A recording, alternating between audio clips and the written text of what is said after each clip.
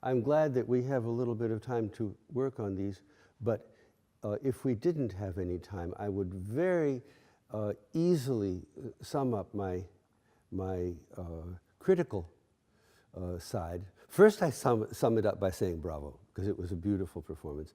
Then I would say that we need to hear a little bit better the straight text. I think that I mean, the music, beautiful as it is, it's still, I think you in your practicing, you can do what you were doing now. It's helpful to you because you feel what's happening. I think you have to use a little bit of restraint when you perform. If you play,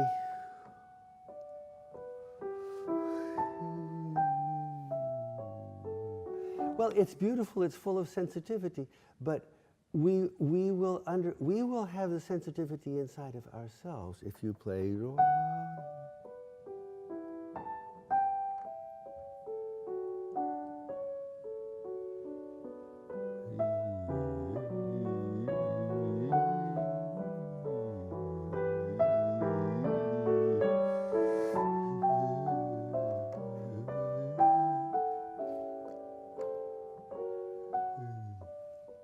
I'm not doing it very well, but simple and heartfelt playing. We have, of course, the expression heartfelt. We also have a somewhat slang expression for somebody playing very emotionally or speaking very emotionally. Heart on sleeve.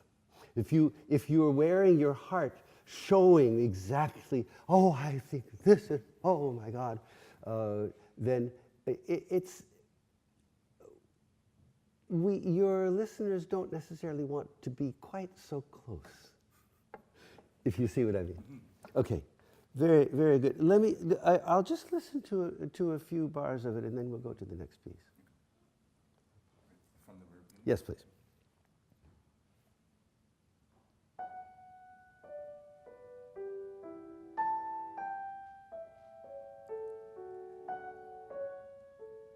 Yeah, start again and be more strict and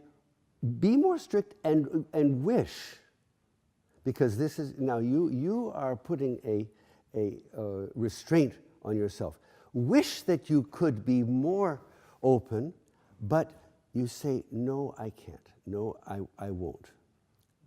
1, 2, 3, 1, 2, 3,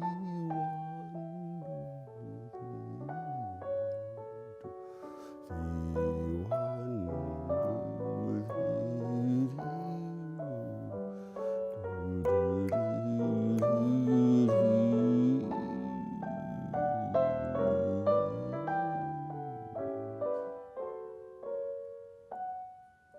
3. Yes.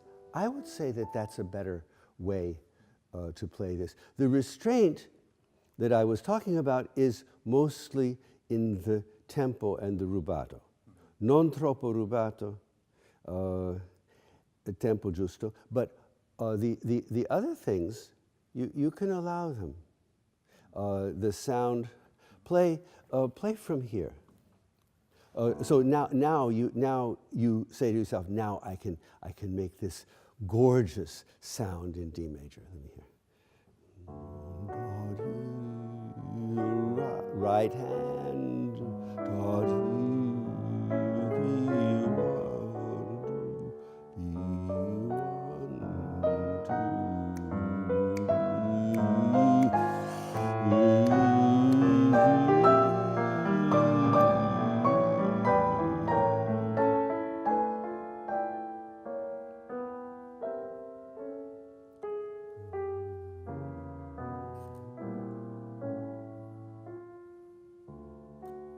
Yeah, beautiful, beautiful, admirable. I just want to mention this one thing about this piece that is so striking. Brahms, more and more towards the end of his life, he was, this music, to a certain extent, you could say it's music about ideas. Music, and I'm talking about musical ideas. He makes this chord.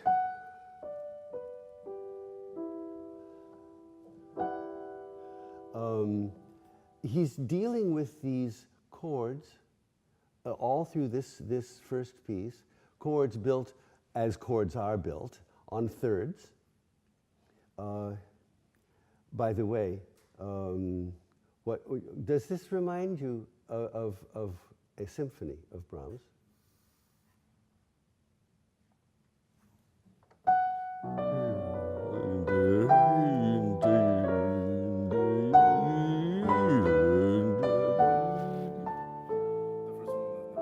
Yes, yes. I'm playing in the wrong key, but yeah. How does that work? Let's do some transposing at the octave.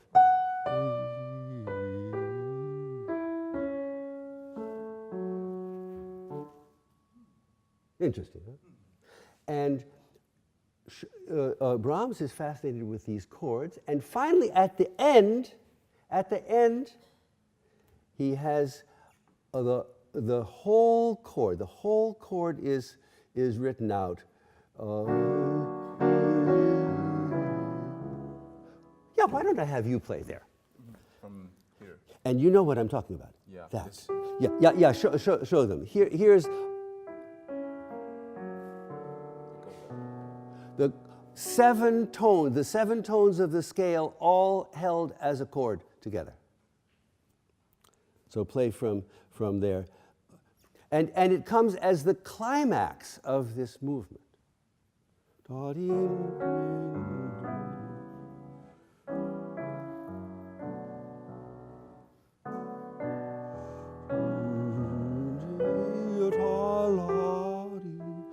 too fast, not too fast.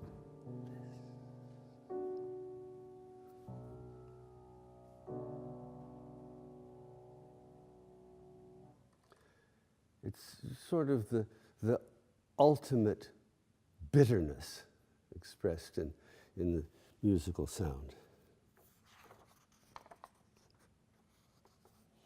Well, let's start the intermezzo. I think I have not that much to say. Yeah, as I said, if I didn't have any time to teach you at all in this masterclass, the remarks of let the music alone and be straighter, that would already be a lot of what I have to say. So, but I do want to hear a little bit of this intermezzo.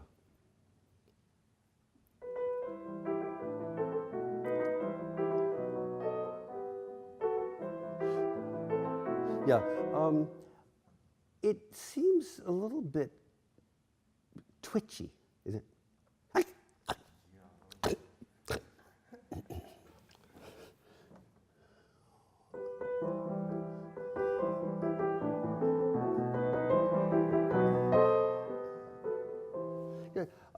Relax and let the rhythm be natural. I'm hearing. No, don't you hear? You're going straighter. Yeah. Is this something that you have do you have a reason to want that? Yeah, because I want, like, as Brahms has written, it's, what I want is like the first two end is a slur.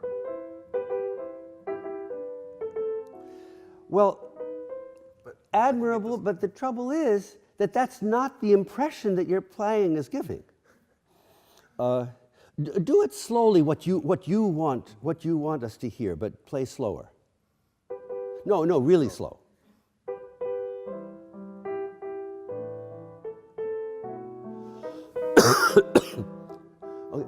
Okay, so for one thing, now of course this is not the way you would want to play it because it's slow, but when you play it there, this way, slow, I'm hearing ka-ka-dim, ka-ka-dim. Yeah, remember, ideas are one thing, but if they don't sound good the way you're doing them, you have to find another way to do them. Why don't you play it at the same speed now and let the first note is detached from the other ones, but it's not staccato. It's just, yeah. Play the melody only.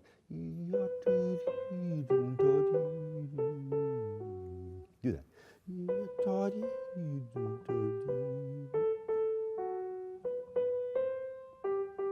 Yeah. Would that be a good way to practice? Yeah. You have the chops to play it the way you want it. Listen, do more listening to what do I really want to hear? Because it is about ideas, but it's also about hearing. That's your idea was wonderful. I didn't perceive your idea. I perceived some uneven rhythm, and I'm a pretty good listener.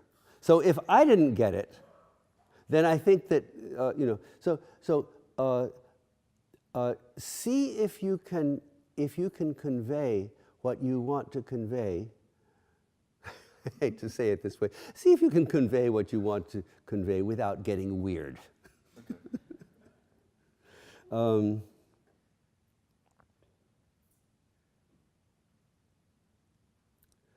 This intermezzo, like I guess this is a good example of an ABA form. You would agree, right? The B section, play a little bit of the B section.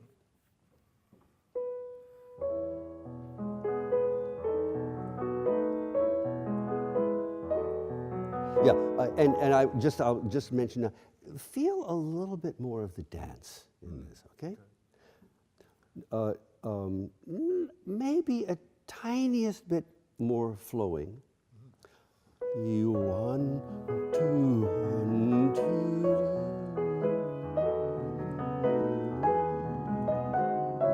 Yeah, okay. And if you've been a good boy for the whole first line and stayed, then you can enjoy the move to minor here. Yeah. Let me hear it from there again. And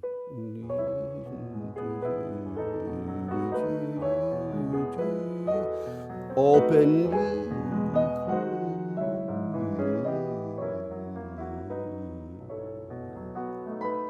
That's beautiful, beautiful, beautiful. The reason I wanted to, does anybody notice is there a connection between these two sections, the A section and the B section? Well, it's,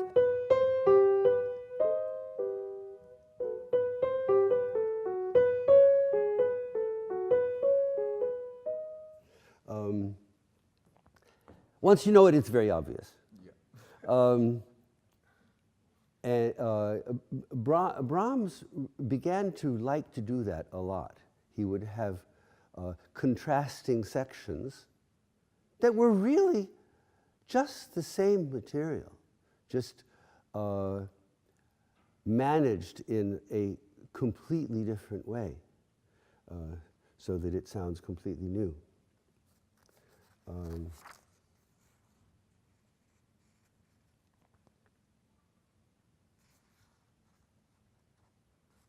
Maybe we don't have that much time, but this you need to work on. This is not.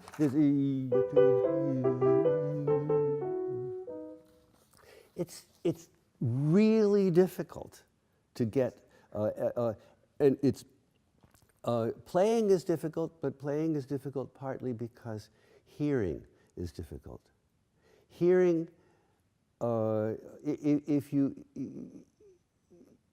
it's hard to hear really what someone else will hear, because your head is filled with musical ideas about the music, And you often let those dominate in your mind.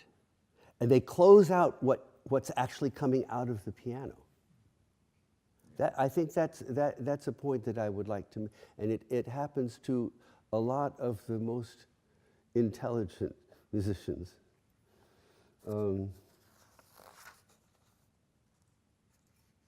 Now,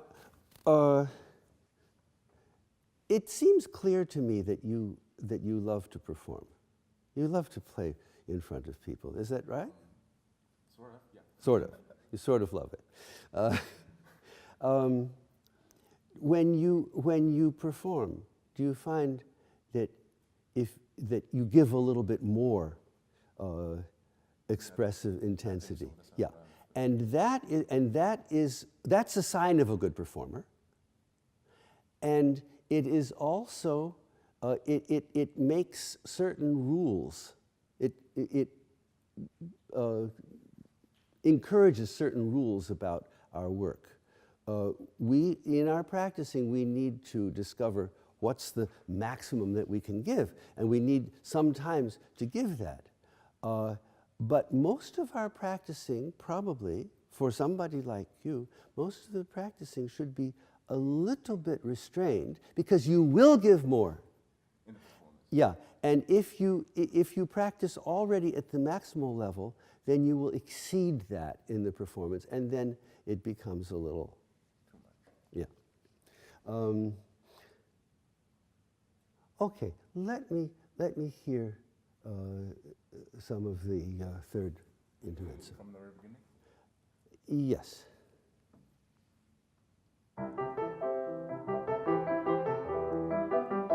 Yeah. Important to get all the notes.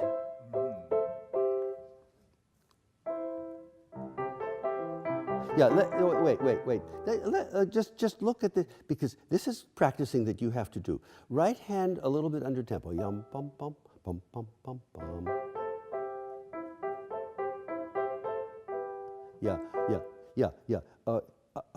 Do the top, the fourth and fifth fingers alone. Yeah, it wasn't very good. Do it again.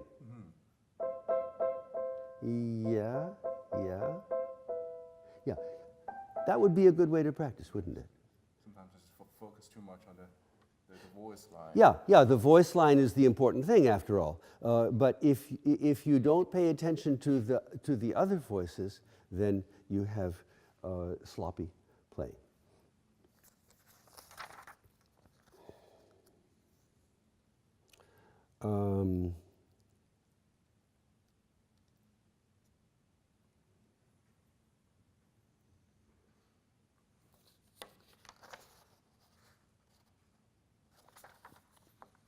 Could I hear it from there? From here. Yes. Yeah. I find it a little bit too lazy. The really. Okay. Da, da, da, da, da. From here again? Yes.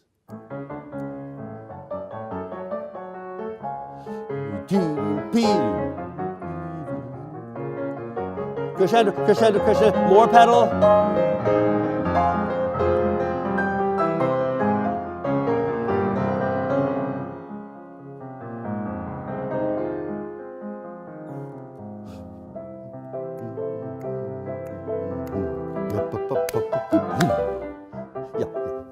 Yeah.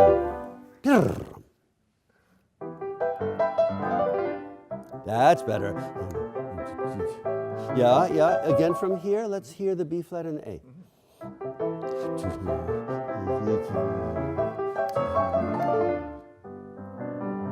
Yeah. Do this again. It's not that we want to hear them for intellectual reasons. We want to hear the music moving in that direction. Don't wait for it, but show us.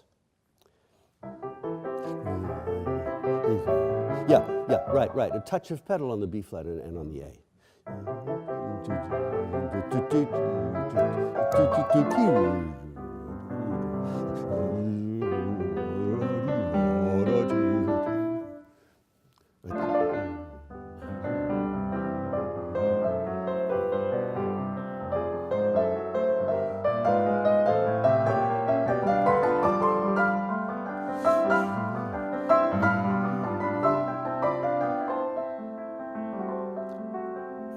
fast.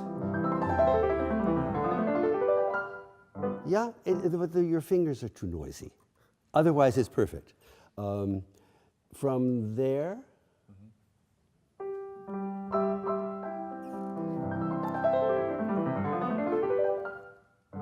go, go, go, go, go, go. Forte, boom. Yeah, yeah. The last chord. I mean, this is a sort of a cute idea, and maybe it's okay. But don't say to yourself, "Okay, I play the last chord soft." That's not something you should do every time. It's too For experimenting. rarefied. Okay, let's say. Oh my goodness, can we do the last piece in 1 minute?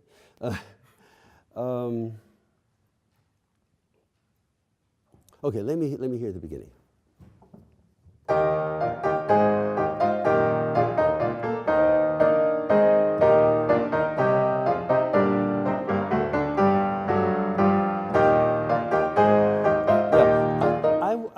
I would with the hands use your hands differently on the long. You have long chords and short chords, right? You have sostenuto and staccato.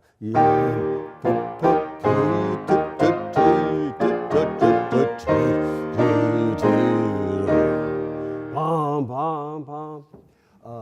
And the ones that are mixed with this short also. Again?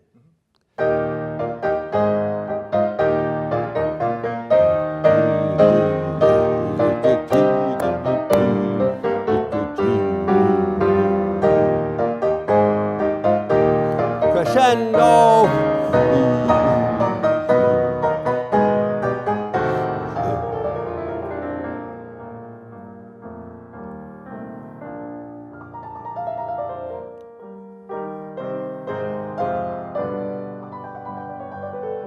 Yeah. Diddle-diddle, diddle-diddle-diddle.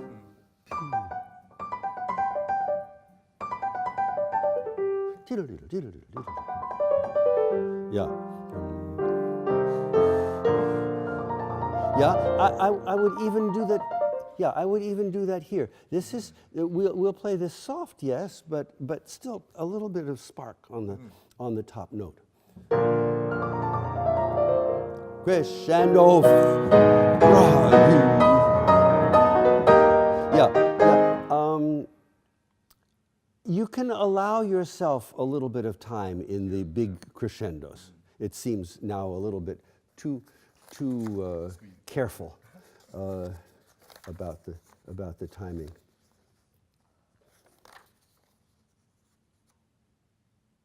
Well, I don't really have anything else to tell you. It's a beautiful performance, I think, and if you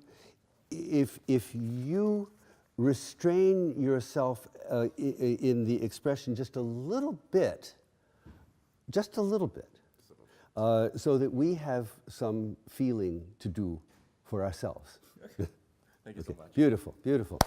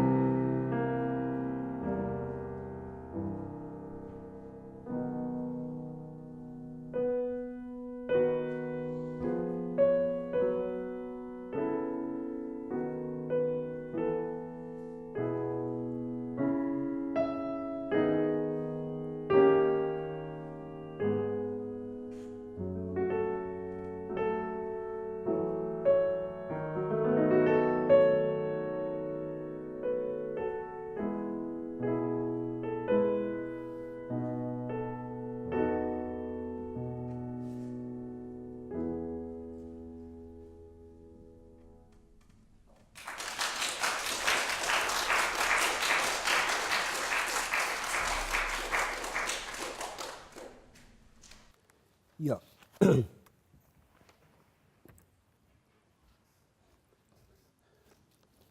well, anyone can hear that you know the piece quite well, and you play it extremely well. It's very good.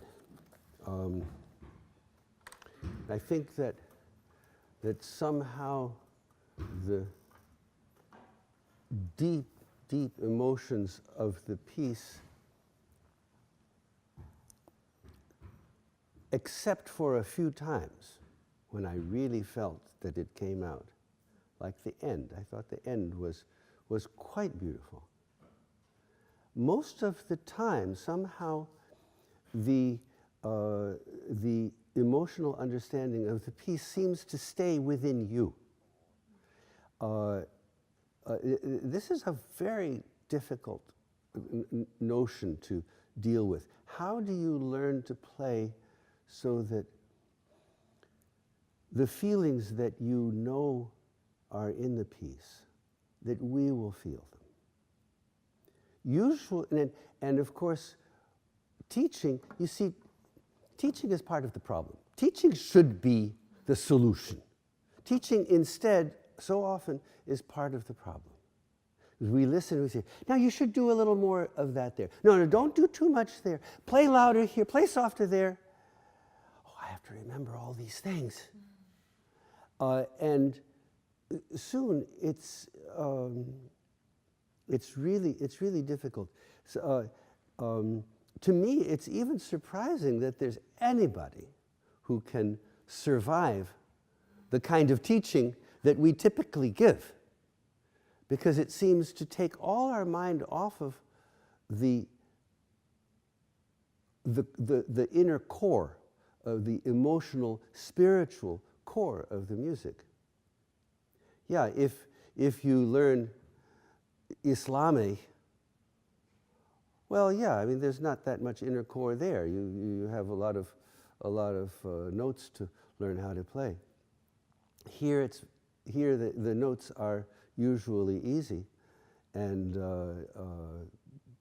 to learn how to really commune with Beethoven. It sounds very grand, but it's still, that's what we need to do. It becomes very difficult.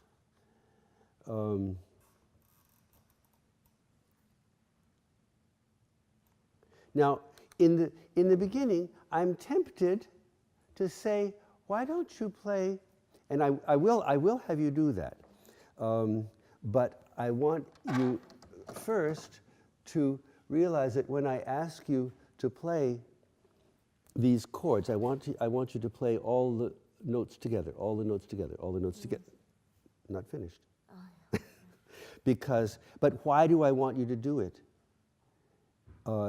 Not because there's something, oh, that detail is not quite right, then you will understand that detail. You have to feel them, you have to feel that the musical message will come through regardless of whether the figuration is this way or that way.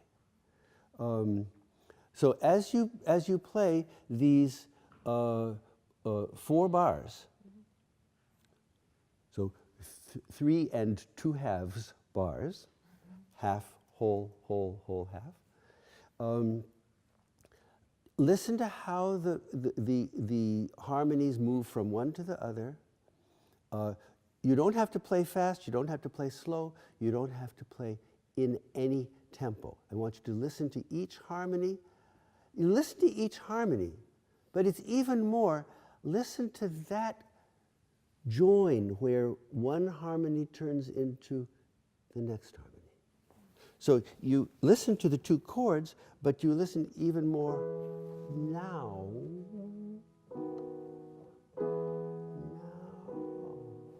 So play the first 8 chords.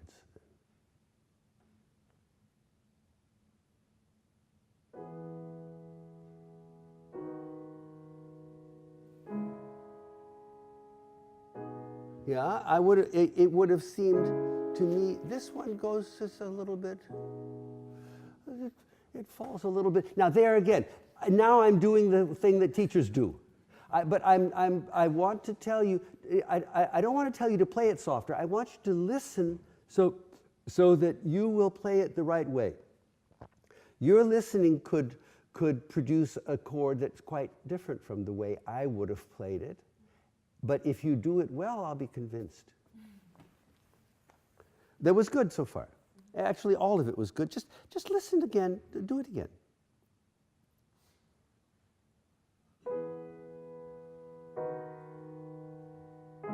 Listen, how is the next chord? How is the next chord going to be?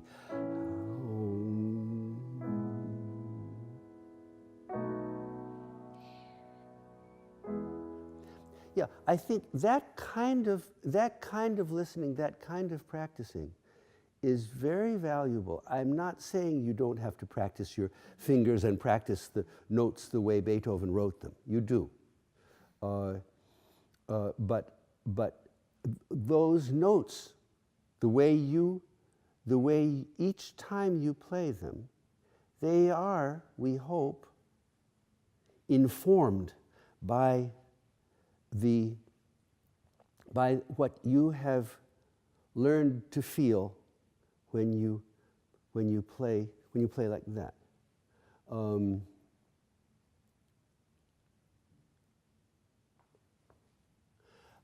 Very soon, he writes crescendo.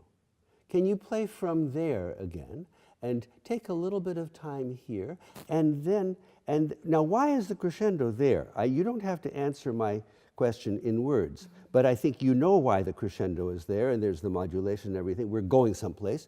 So feel that. That's not, don't think about your fingers. Boom, boom, boom, boom. Yeah, well, as chords again, from there.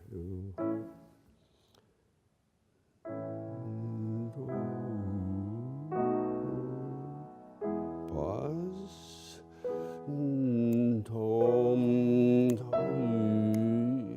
And more, move along.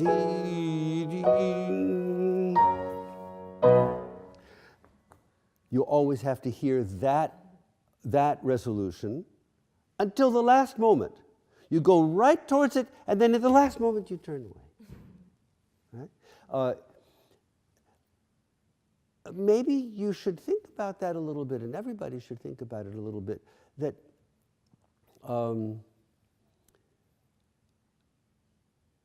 the music, of course, yeah. Well, I don't understand what you're talking about exactly. What? How we got to the chords from the... becomes...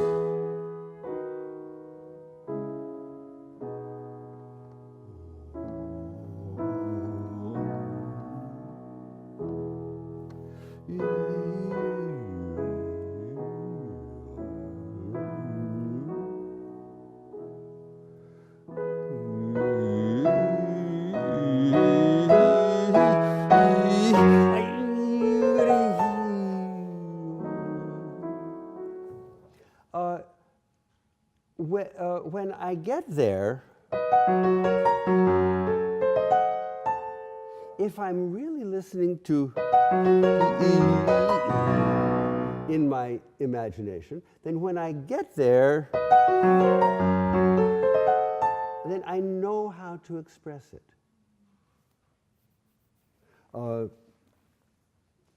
Partly because I've done that for many, many years.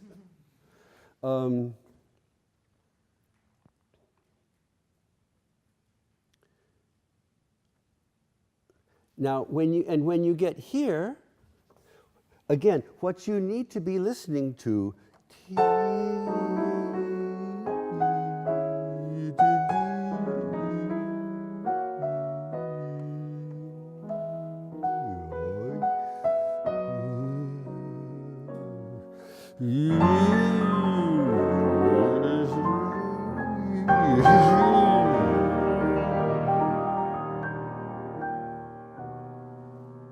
is that's what you need to be listening for.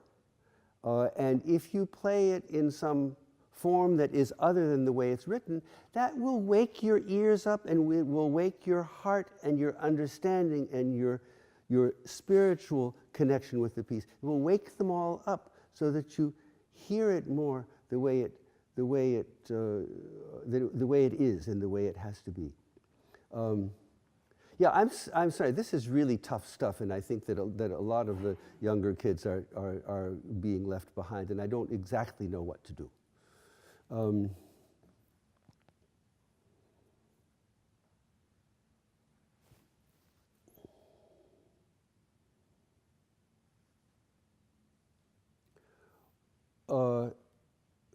Can you play from here, not too slow? So you're just listening to how the music goes. I'm not going to criticize how you play it.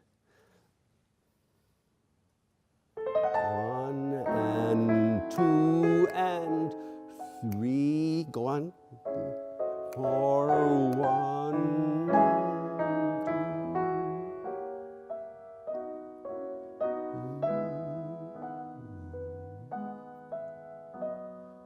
And stop. Yeah.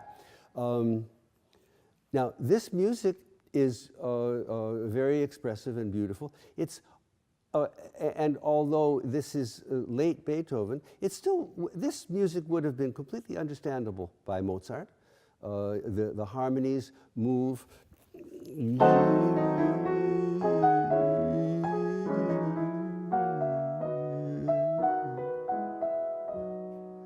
Then what does he do now?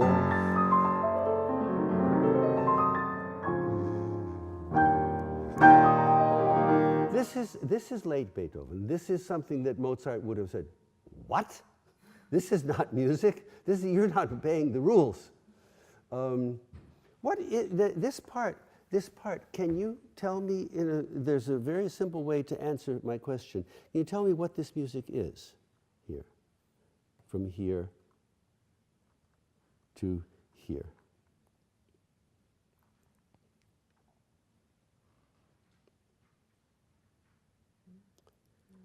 Is it a transition? Is it a repeat of some kind? Is it what is it? Because it's very, very basic and very, very important that you understand that this is a variation on that. And you have that becomes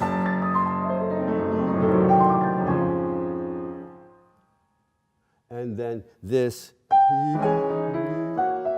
becomes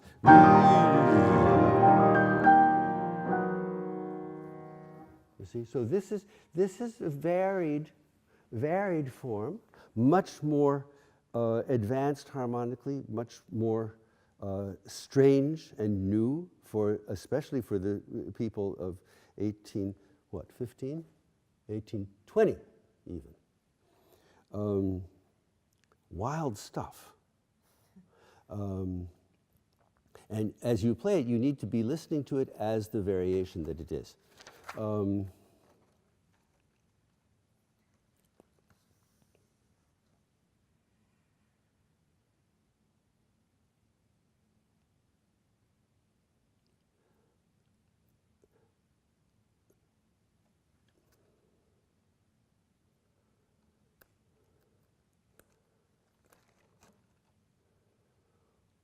Why don't you play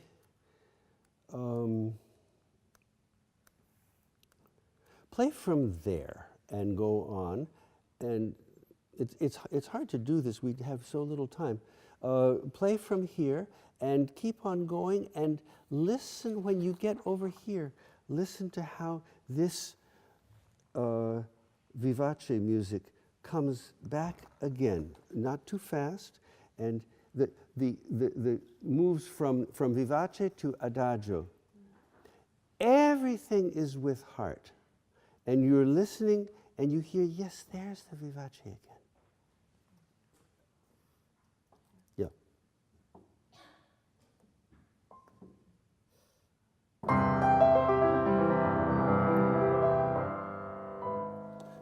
Yeah, not so, not so.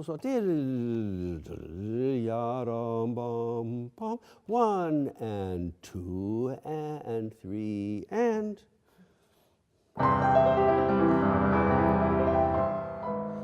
Crescendo. Hold it. Listen to listen.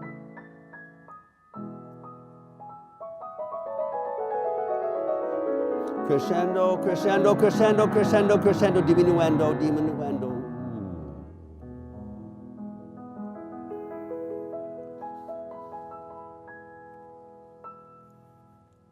Listen, listen, tenderly, tenderly.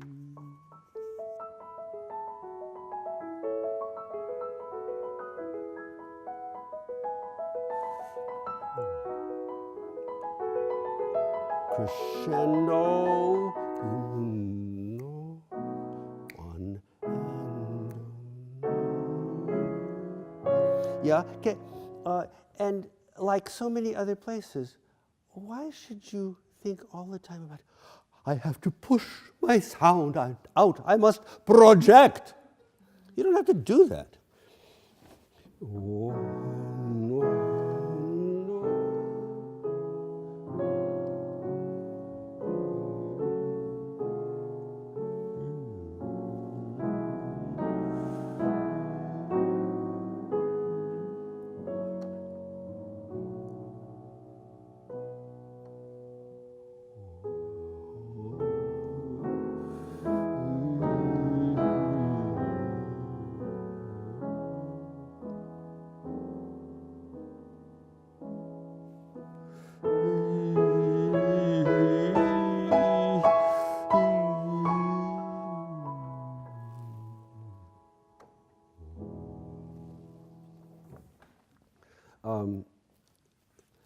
So, listen inside.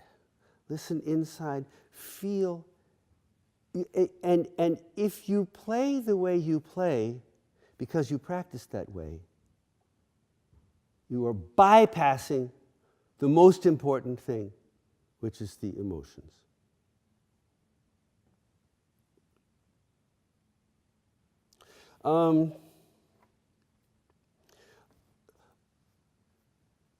Play from there and go into the second movement. And as you play, read carefully and play what you see. Right from there. Hmm?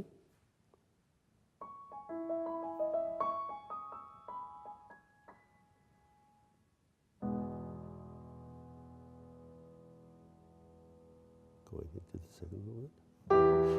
Yes, yes, yes. Why did you not hold the pedal when you performed it? Beethoven puts the pedal here and does not release it until you get there. These things are not unimportant. It's not just some silly idea, and it's certainly not put there by some editor.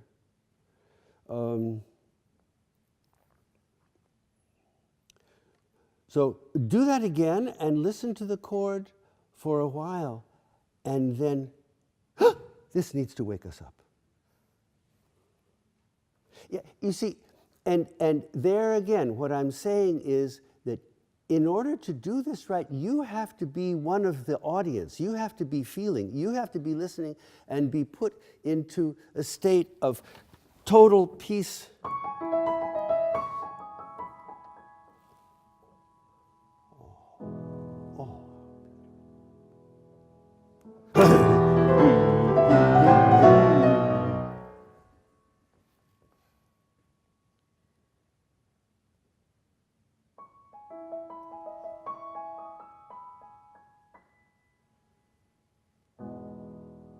Hold it, hold it, hold it. Yeah. It's not loud enough. Here, fortissimo, come on, boom.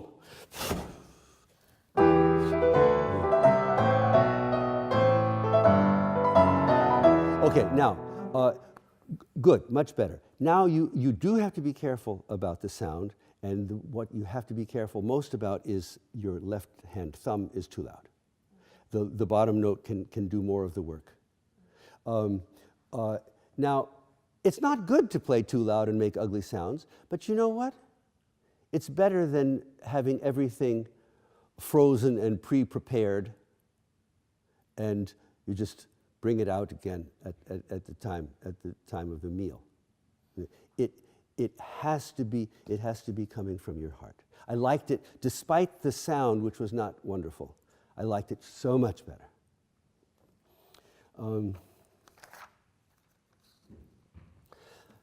What does it mean, sul una corda? What? One what? Yeah, with una corda, right? Yeah, one string. It means, I think it must mean, push down that pedal on the left. Your foot was sitting under you. Why do you not? Look, if you don't take this guy seriously, don't play him. It's important. It's important. Now, you could play this piece beautifully even without an una corda pedal. That's quite true. But you need to make the sound, you need to try for the sound that you know he wanted. You probably know that the piano in Beethoven's day, the una corda pedal made a huge, huge difference. Not like today where it's just a little, usually just something to help us play soft when we don't have the control up on the keyboard. And we're all guilty of that. I use the soft pedal much too much. But it's not that. It's a very thin sound. It's a very flat sound. Play from there and use the una corda and listen to the flatness and thinness of the sound.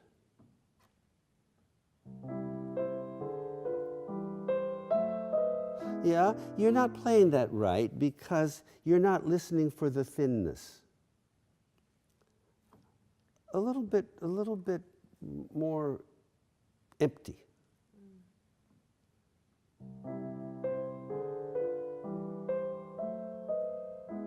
That's better. Now, what's happening in the? Can you use your two hands to play the lower stave?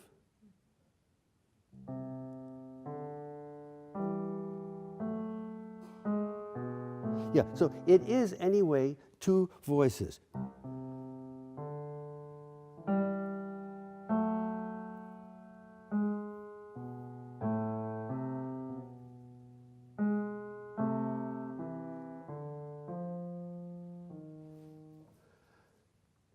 Is that Beethoven? It sounds pretty strange, doesn't it? Where does this music come from?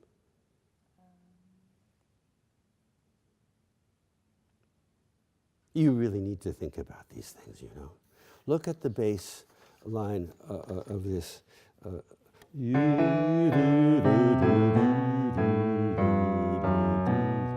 Right? And while we're at it, look at the bass line here.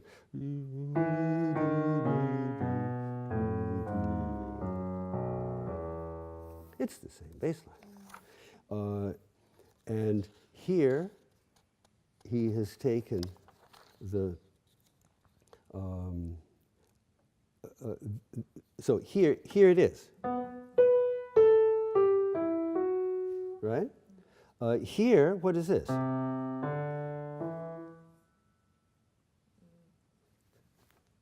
Right?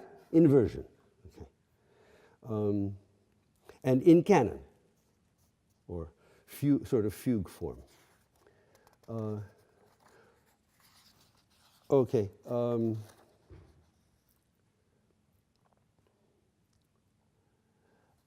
I think one of the things that I want most to say about the third movement is that this leggermente, please play it again and play it with the same sense.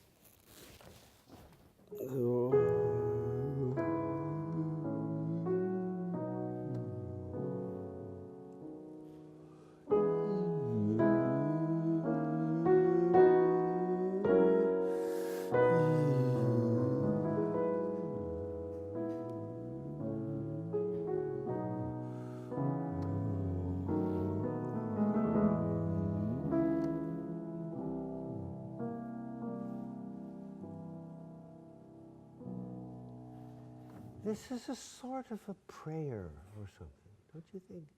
It just has a great feeling, a sacred feeling about it. You play.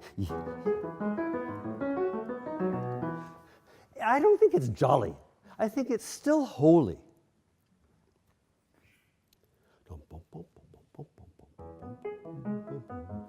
Yeah, okay?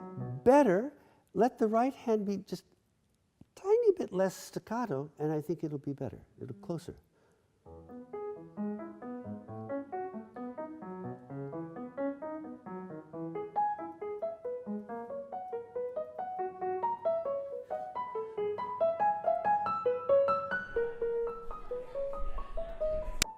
Intense, intense, intense. Diminuendo. Warm, warm, warm, warm. Okay, so that's the sense that I would so much want to hear. You need to hear. You need to. And I try not to tell you how you need to play. I want to tell you how you need to hear and how you need to feel.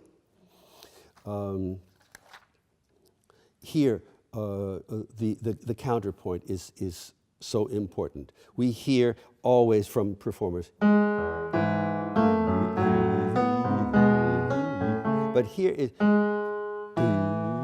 follow the voice in.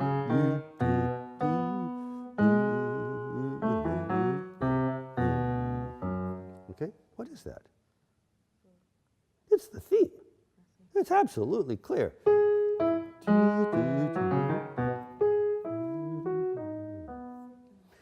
There's one thing that's remarkable about Beethoven. If you compare the Brahms's variations with Beethoven's, they're both great variation writers. So they're both great variation writers, but Beethoven not only makes the variations completely different from the theme, but he stays so close to the theme at the same time. So enjoy that as you're playing. And as I said, I thought that the end. And you need to stay closer to the tempo. We all slow down a little bit, but try to remember what the tempo is.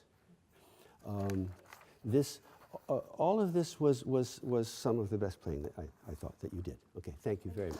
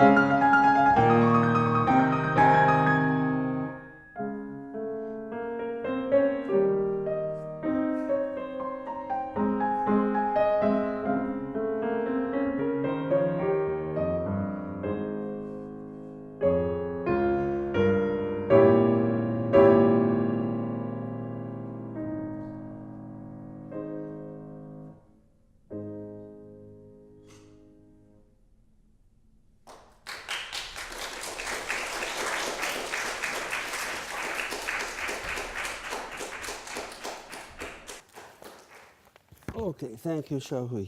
Beautiful. That's very good.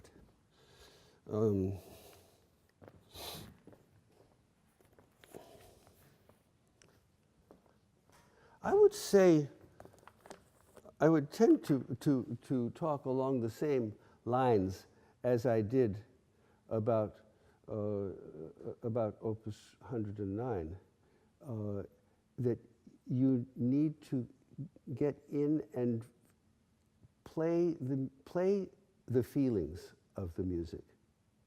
We always say play with feeling. Somehow, since it is a very difficult thing to do, we students keep on hearing it again. Play with feeling. We teachers keep on saying it. Our teachers said that to us. It's hard to find. It's hard to find where you play from.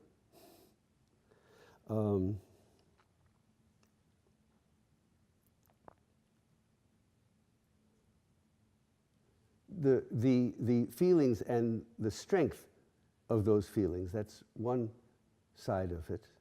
And then there is also the organization of the music. We need to feel that as we're playing also. You start again, and I'll stop you after a while.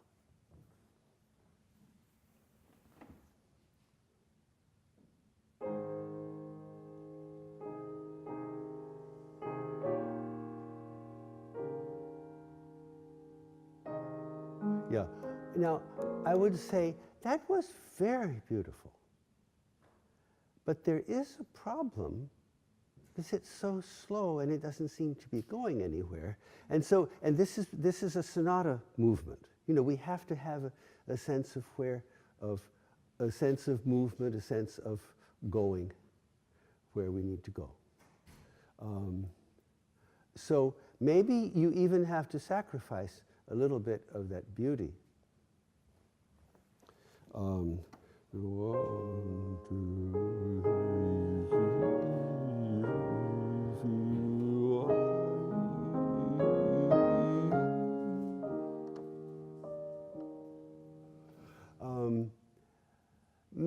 many times when you listen on YouTube to some of the old masters, you listen to Schnabel playing this, or you listen to Backhaus playing this, or you listen to Kempf playing this. Of course, you listen and you learn, oh, isn't that wonderful? Oh, I should do like that. But whenever I listen to them, one of the things that strikes me is it doesn't sound like they're really doing anything. It sounds like the beauty is not coming from their playing. And maybe that is the secret. The beauty is coming from Beethoven's music. Certainly a beautiful tone, certainly good rhythm, certainly good balance. All of those things help. But listen to the basic music. And I suggest also, when I said listen to the basic music, basic. Would it make sense to simplify this music so that you can hear the basic? So playing.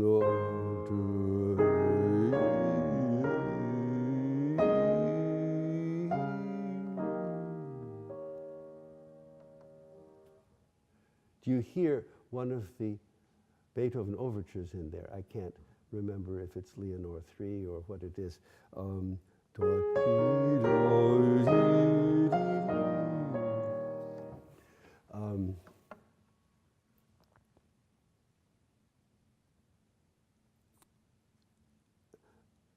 Yeah, can you play this as I did? Can you take out the unimportant repeats of the chords? Do, do, dee, do. 1, 2, 3, 1, 2, 1. Yeah. No, we have to have the right number of beats. So if you play if you play this as a half note, then you have to play that as a quarter note.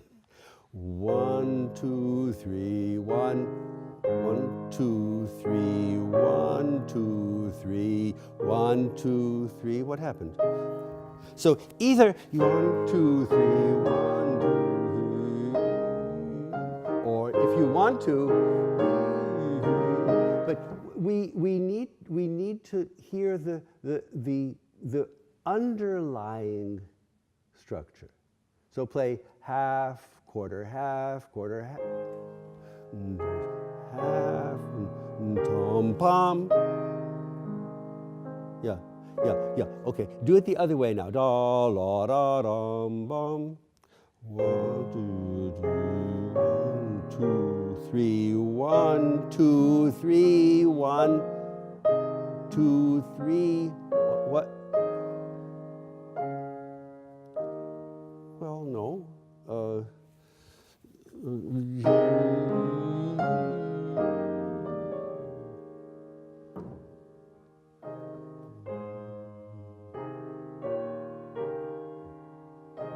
2, 3, 1. Yeah. If this is something that everybody should struggle to learn to do, that you need to find the skeleton in your music. Don't just always look at the skin and the eyes and the ears and the hair. Look deeper.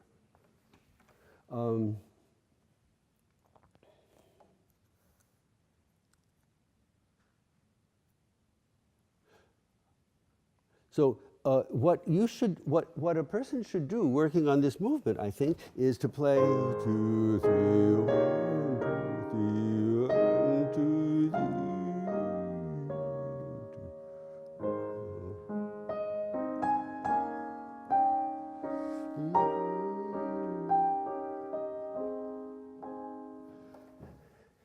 Now, when I sat in master classes, as you're sitting now, I would listen to that stuff and I thought, oh, that's so interesting, that's wonderful. But when I got back to the practice room, I didn't do it. Please don't be like me.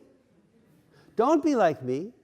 Really make the effort to dig down underneath the surface, underneath the skin, and find the bones.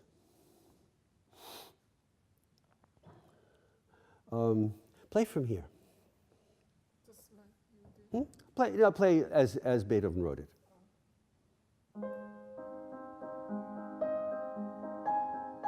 Yeah, and we've been working with these structures now. I would like to hear much more feeling of motion. Don't play quite so slow, but it sounds like the left hand la dum bum bum ba dum bum bum ba dum bum bum bum. That's making your tempo.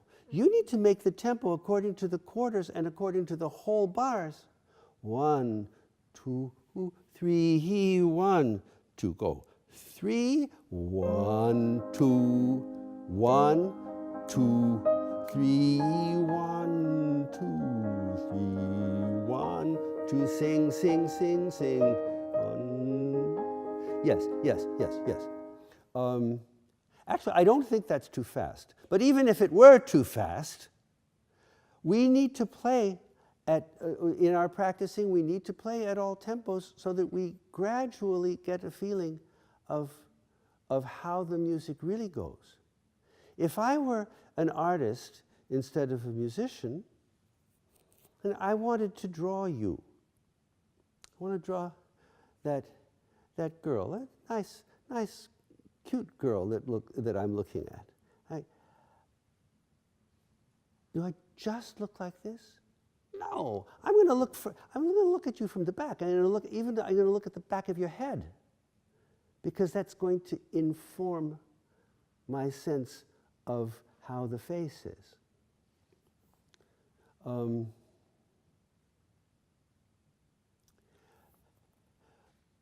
Play just this much, please. Not too slow. 1, 2, 3, 1. 1, 2, 3, 1, 2. Stop. And now play from here exactly the same. And play left hand, play quarter note chords. Plump, plump. Okay? Same tempo. 1, 2, 3, 1, 2, 3, 1, 2, 3, 1. Now, I think that I'm pushing you in the right direction here. But I would say about my teaching that it doesn't matter exactly. It's not as though we have to play quarters there. We mustn't play eighths. No, everything that changes the music. This seems really weird. Everything that changes the music is going to help you. The same way as it's going to help me if I'm drawing you full face, it's going to help me to look at your profile. You see? So that's what we need to do. Now, let me hear it from here as Beethoven wrote it, and very singing in the right hand. Does he talk about singing? Does Beethoven talk about singing? Yes. Moderato cantabile. Okay, so very much so with singing. Yeah, a little more.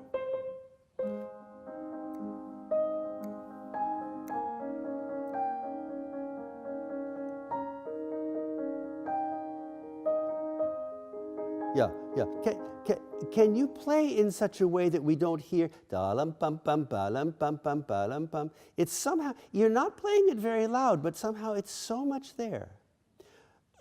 With your ears, pull the right hand music out of the piano. Play the right hand more singingly. More singingly means louder. Okay? Again. 1, 2, 3.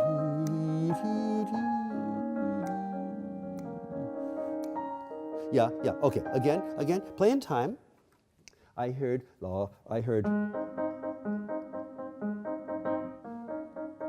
Be careful. And the right hand in time also. Okay. From there, singing right hand.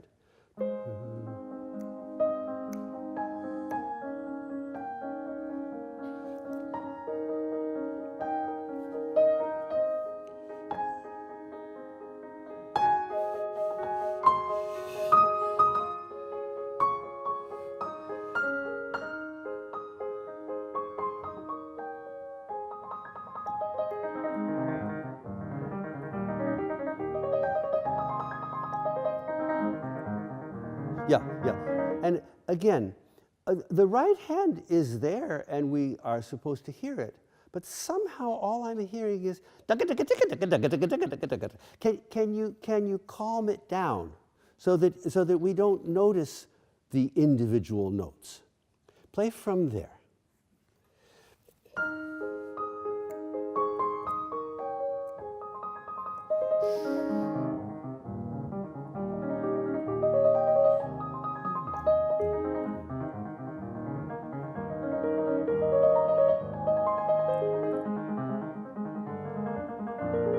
Yeah, okay.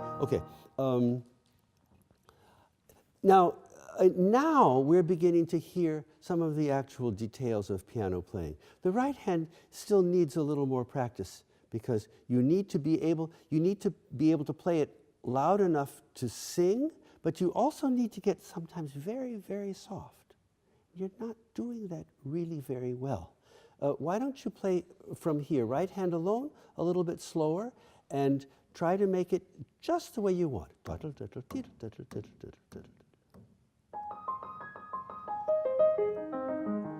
Okay, well, several things. It's not even because you go you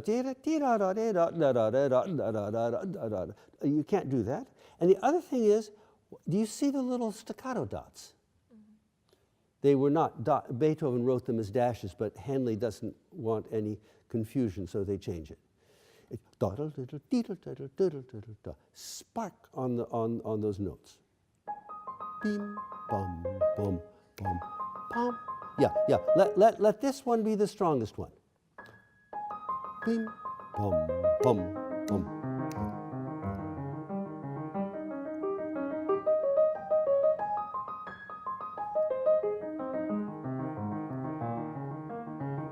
That's right, that's right, that's right. And if you know this piece well, you were able to notice that that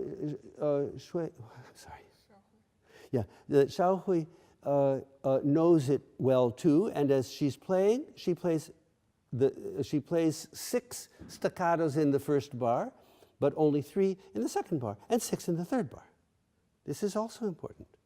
Let me hear it now, both hands, and you can show this, the little staccatos just as much.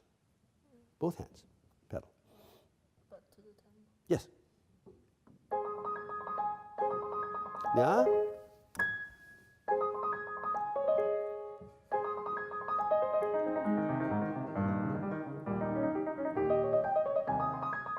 Yeah, yeah. Somebody said that Leopold Stokowski mostly didn't say anything to the orchestra except, "Oh, it must be more beautiful." And that's what I would say to you. It must be more beautiful. You can play more beautifully than that. Bing bong.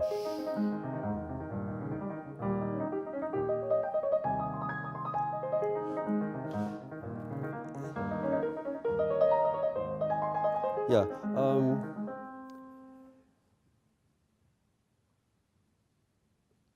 Probably the best. Now, let's say you're practicing now, and you just did what you just did. And if you were really listening, I think you would have been filled with dismay because you would have said, "I'm trying to do everything, but it still doesn't sound beautiful. What am I going to do?"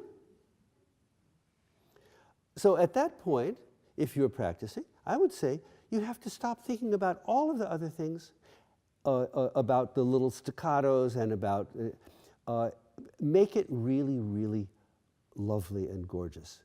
Use plenty of pedal, use much more pedal. Use the kind of pedal that will cover up all of those details that we want. But at least now we'll hear it beautiful. Then we have something that is beautiful. Then we start to work on the details. When we start to work on the details, the beauty will tend to go away. Oh, oops, lost the beauty. Go back to the beauty. Lost the details. Go back to the details. And if you keep on going back and forth between the details and the beauty, and the details and the beauty, gradually you are able to get both. Okay, lots of pedal, lots of pedal, lots of pedal. Pom, pom, pom. Yeah. This is higher, so it's louder. So going down, you get softer. Bing, bom.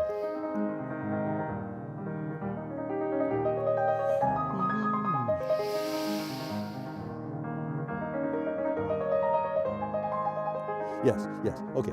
In general, the right hand is too loud, and you need to practice the right. Let me hear for a moment before we go on and talk about other things. Let me hear the evenness. Give me the staccatos. Go a little slower again, and the crossing over. You have to cross quickly.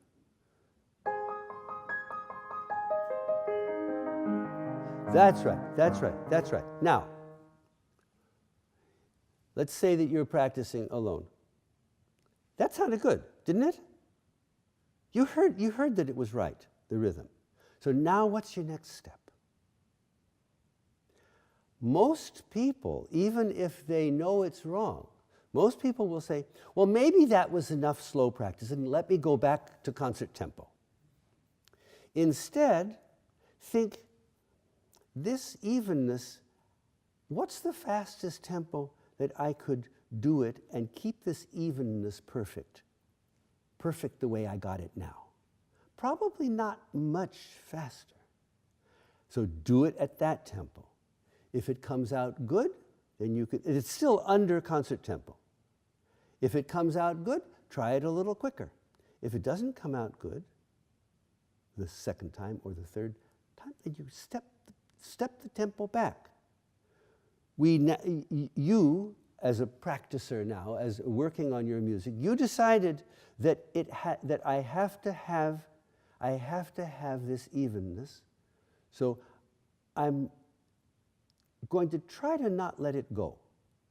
Now, we did let it go a minute ago because it just was so unbeautiful that we had to go take a different route. This is all part of practicing, and that you played unbeautifully maybe 3 or 4 times. Well, this is nothing unusual. In our practicing, we keep on having these kinds of problems. We try to, in solving one problem, we create another problem. Then we need to go and solve that problem. Often the first problem will come back. And that's the way our practicing generally goes.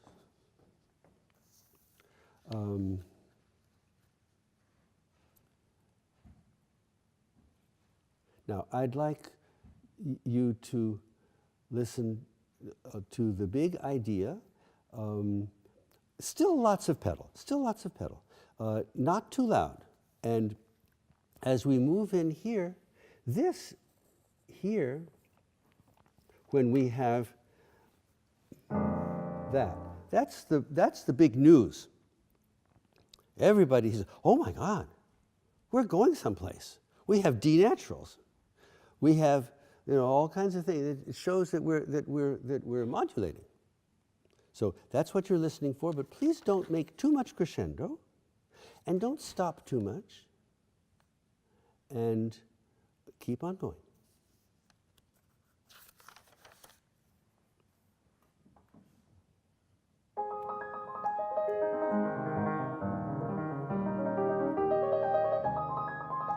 Yeah. One more time. Can you make the music sound more relaxed? Feel relaxed inside yourself. If you play really badly, nobody's going to yell at you. It's not going to be the end of the world. Just relax and listen the beauty out of the piano.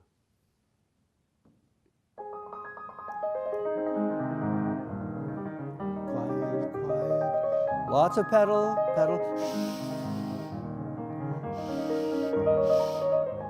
Yeah, I keep on saying shush, and your right hand keeps on playing loud. Can't you play softer, the right hand?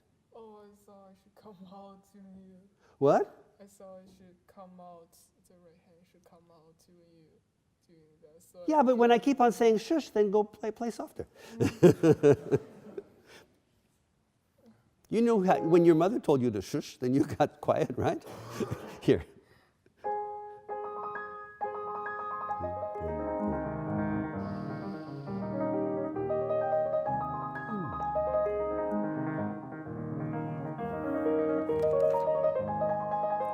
Interesting, crescendo.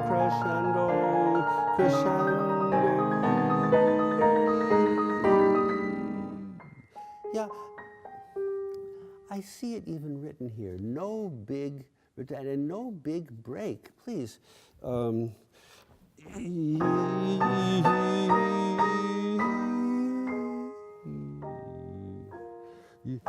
Listen and see if you can play as I did right after me. Can you do that? Just as I did? Yes.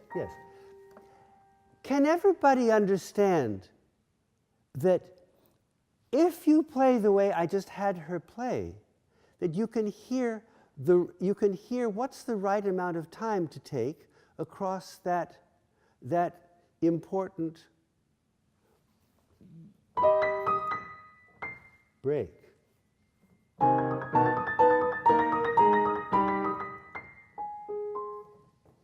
Play it the way I had you play it before. Play it again the same way.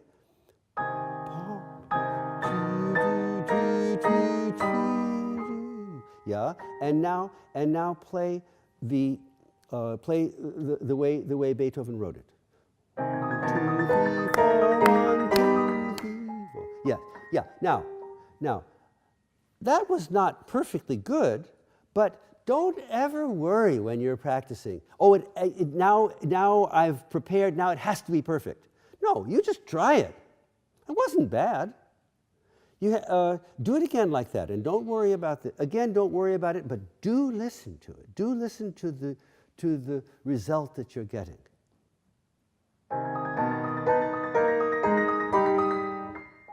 Yeah, okay? Now, think how you want to do that.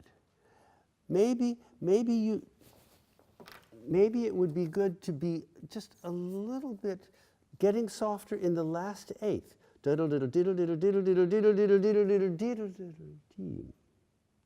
you hear how I sang it? Try it.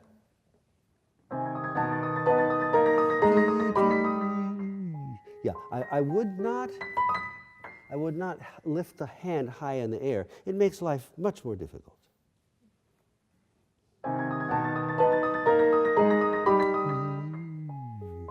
Going on. Pretty good. Yeah. Play me a simplification of this. Quarters. Perfect. Going on. Yeah, we don't even need that A natural. Again. Octaves, octave. Yeah. Look. There's no reason to omit. Here's a low C, here's a low B flat. No low A flat. Doesn't mean that you should leave it out. You're making a simplification. 1, 2, 3, 1. Going on.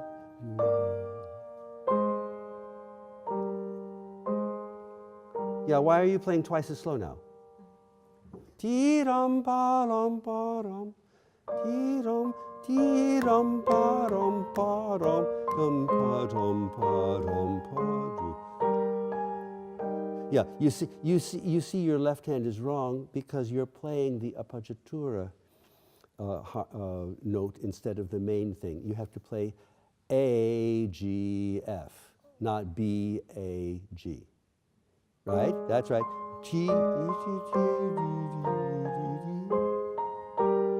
Yeah. You were right here, you were wrong here. Yeah. This is terribly important for everybody to realize.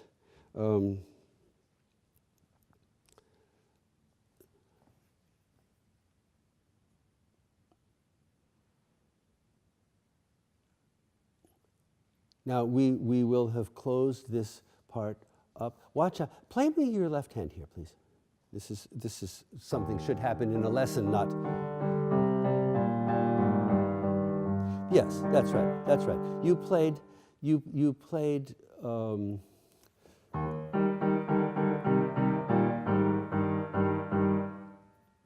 Both there you played wrong and there you played wrong. So check the text so that you're playing the right notes.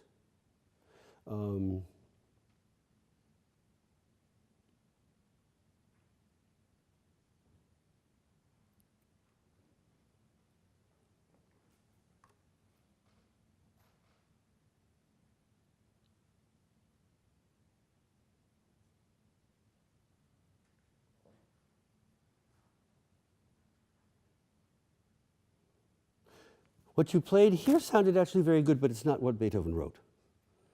So be careful. I think you played, I don't remember what you played. Like that, instead of, not a big deal, but don't learn it wrong.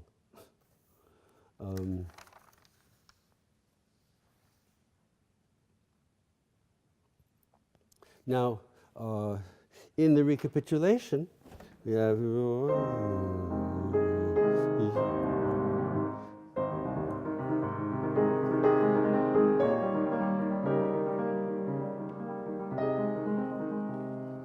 Of course, it's so beautiful with the harmonies with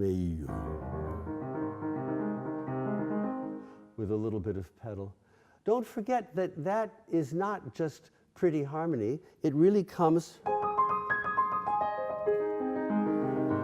It's really motivic, so we sort of need to hear it a little bit. Then we get to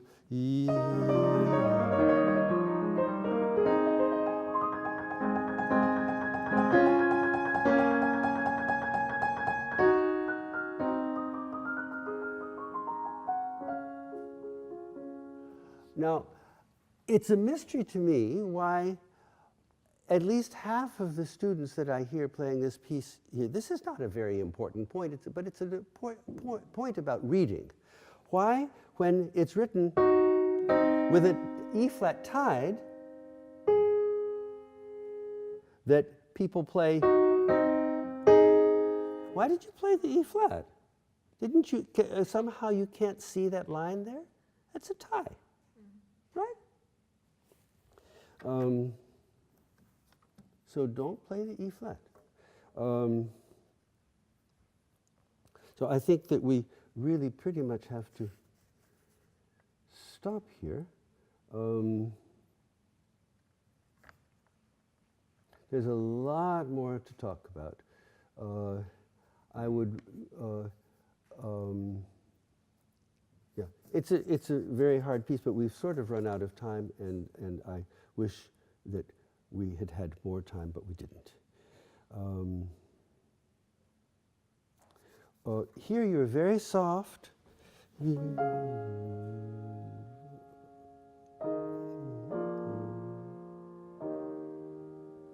And soft. Has to be soft. Has to be soft. It's more important than hearing all the notes. You practice it, practice pianissimo, so that you can play piano. Okay? Okay. Sorry, we have to stop. Okay. Thank you.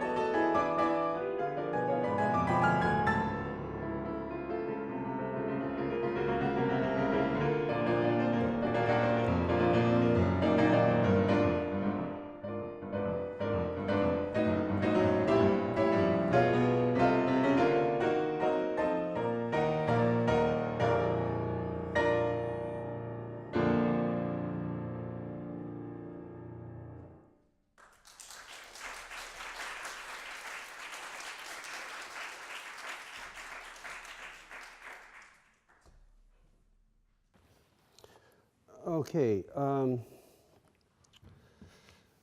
Of course, you're a skillful player and a good, strong young woman. You play very loud and very fast almost all the time. Take it easy. It's not beautiful that way.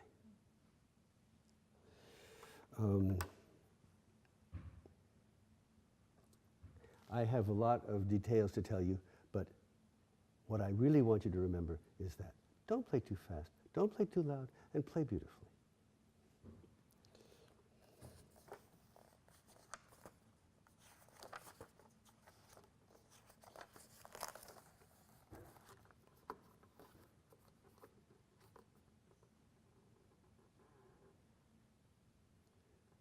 We might even imagine Chopin going to the piano with his heart full, but not quite sure what he's going to do. He's going to improvise something. And the first tones that he starts with,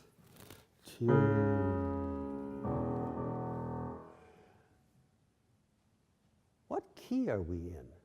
The sonata is in B flat. This movement is in B flat minor, but right now we do not know. We do not know. So this is terrifically important. So listening to how we start with no sense of what is north and what is south. And then we hear this, still don't know. When we hear this, oh, I see, B flat, and B flat minor as well, because that wouldn't be likely.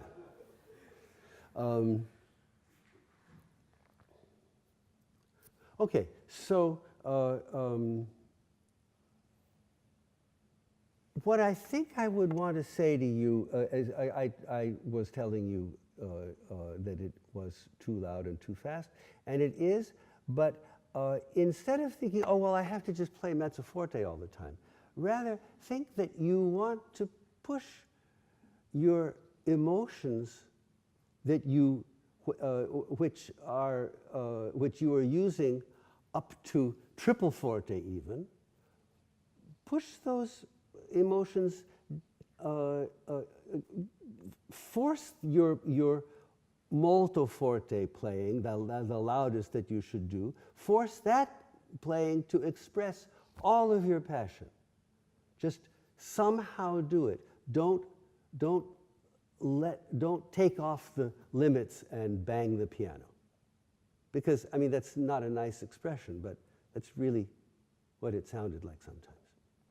Okay, so easy, and listen to this.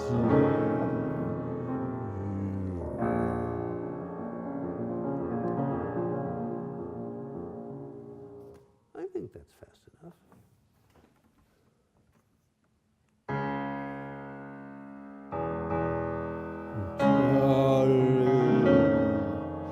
Yeah. Okay, it's not completely your fault. This note is horrible. Again from the beginning.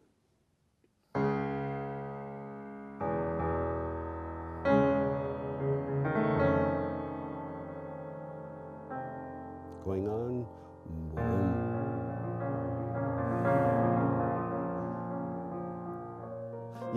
Yeah. Can you come in without any fancy business? The accompanist, he's just going to do it, and then the top comes in. Don't.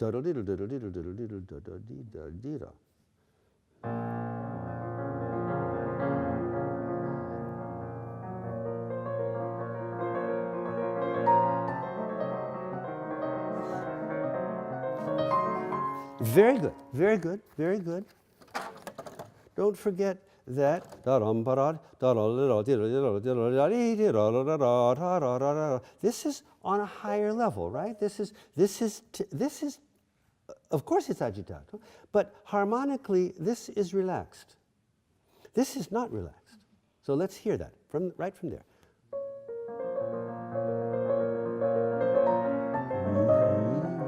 Yeah, don't start. You don't have to start over. You don't have to start over.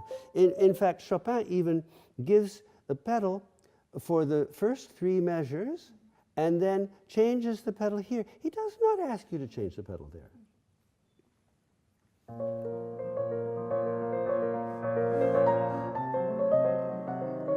That's right. Agitate.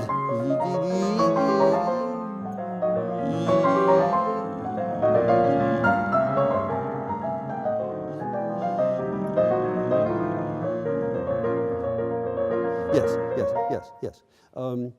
Now, did you ever think, why are these accents there? You do them, and I think you do them rather nicely. But when I hear you do them, I cannot understand them. Play this now, so that they know what I'm talking about. Please play this so that they know what I'm talking about. Play it so they know what place I'm asking you for.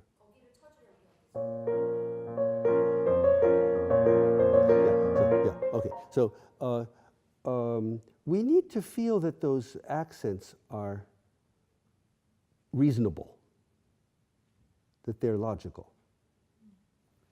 I would listen to dee-ram ba-ra-la, dee-ram, dee-ram. Play this a little slowly and show these moving voices there.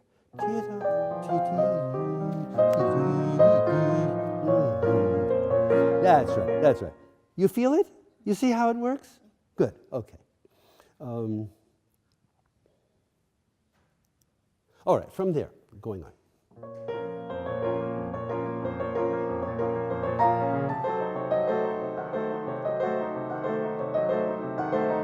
Yeah, okay. This now is a little too slow. This doesn't sound like a concert tempo. So let it move along. Not as fast as you did before, but ta-ram, pa-ra-ram, pa-ram, pa-ra-ram, pa-ram, pa-ra-rim.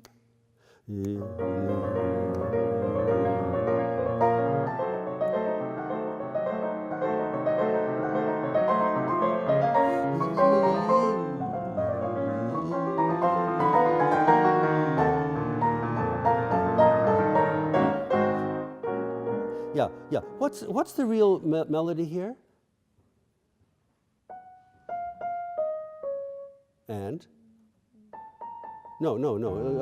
Continue with this melody.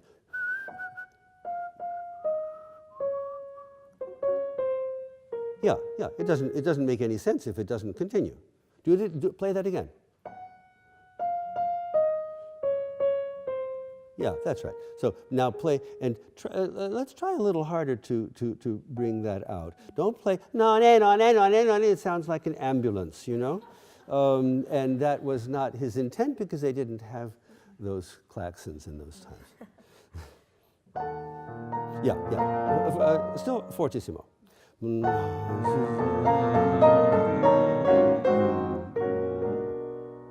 Yes, I would like to, you play it with a lot of unity. That's good, but you know, when you have played this, we say, oh, I see. Oh, that changes everything. And when we hear this,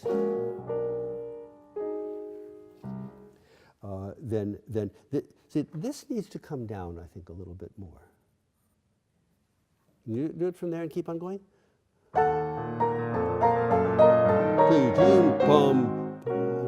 Good. Going on.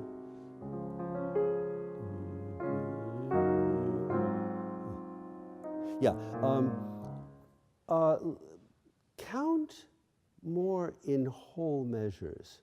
Because if you count in half measures, then you get. If you count in whole measures,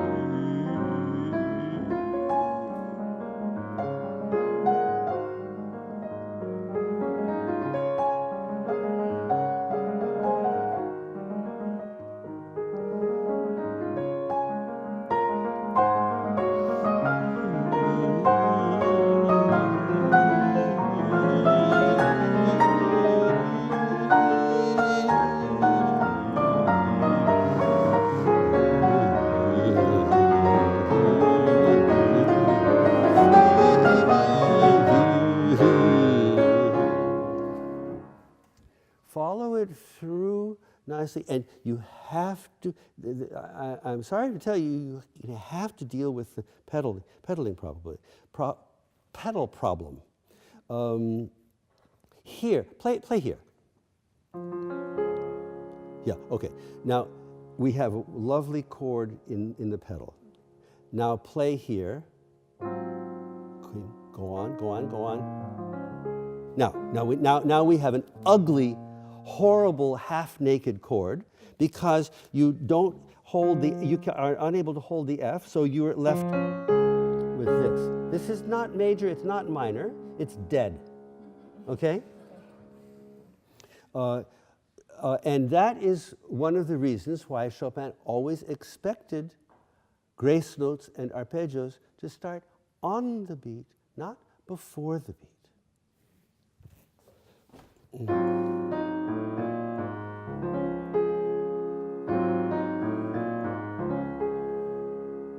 If you play, then you don't have the F in the pedal. Now listen. You see, this is a bad sound. You do not want this sound.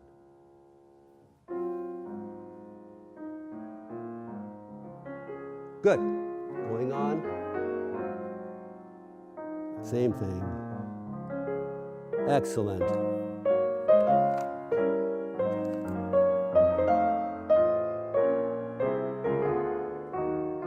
Yeah, yeah. Very good, very good.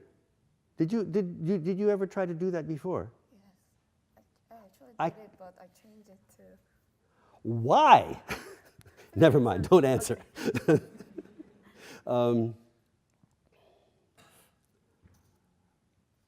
Play, please, again from here. And, you know, you're playing very well.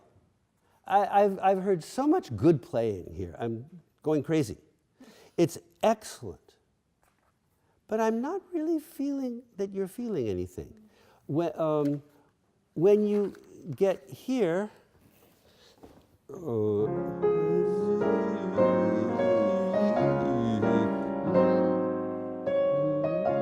we think it's going to do that, right? But it doesn't do that.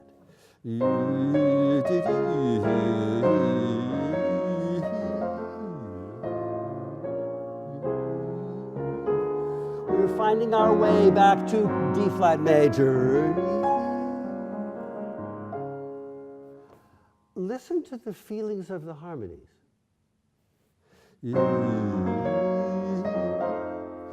Listen to this.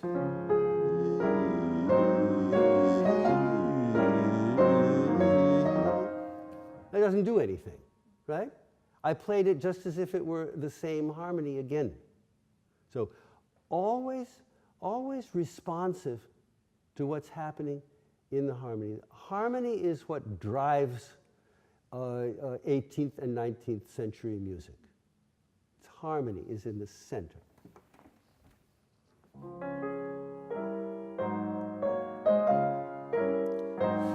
Warmly. Yeah, no. This is an interesting chord. This is play from here, and don't worry about tempo. Just listen to each chord, listen to how each chord comes out of each previous chord. This is very simple, but listen to how it comes from that chord. Listen to how this comes from this chord, especially this one from there. Okay, slowly.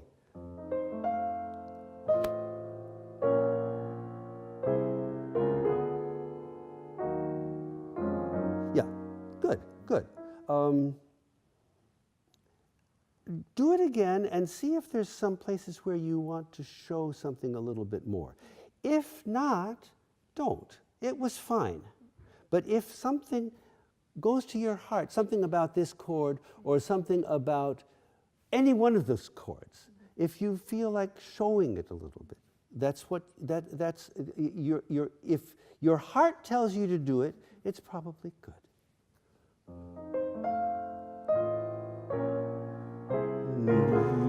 Going on, forte, crescendo.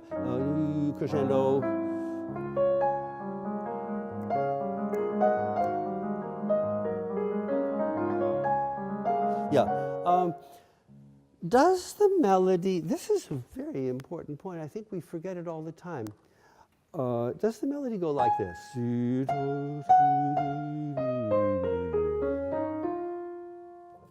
No, that's not part of the same melody.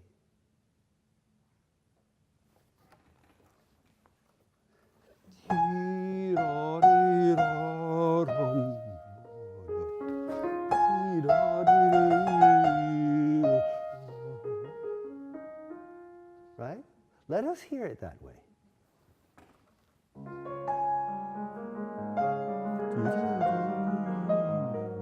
Good, beautiful.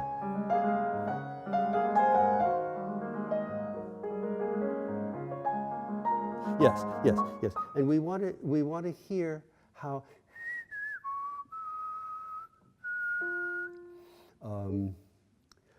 and the same thing here. Okay? From there, let's go on. Because you understand.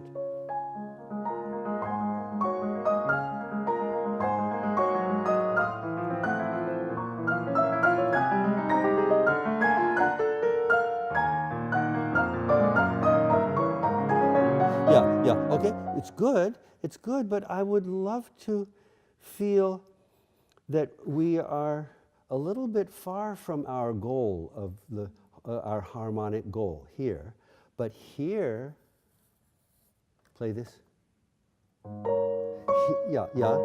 Here we come closer to it. We see it there. It's there. We're running for it. From there, please.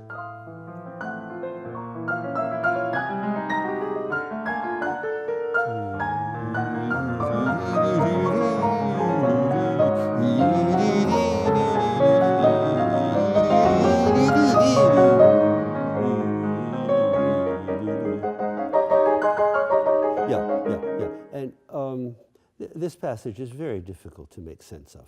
I would not play it like a toccata. I would listen to just the simple message that the harmonies are sending. It is pretty simple. It's like, I'm here in D flat major. D flat major, everybody, this is where it is. And for a little while longer, the same thing, you know?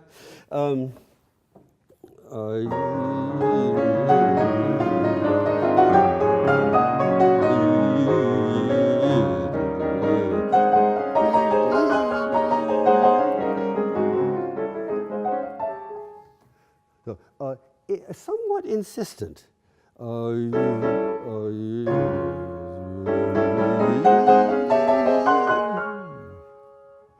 Yes, yes, yes, it should be saying. I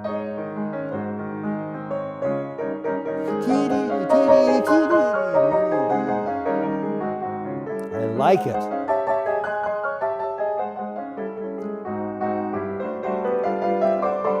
Yeah, okay. This was quite a little bit strange, this place. This chord is absolutely amazing. This is what we don't expect at all.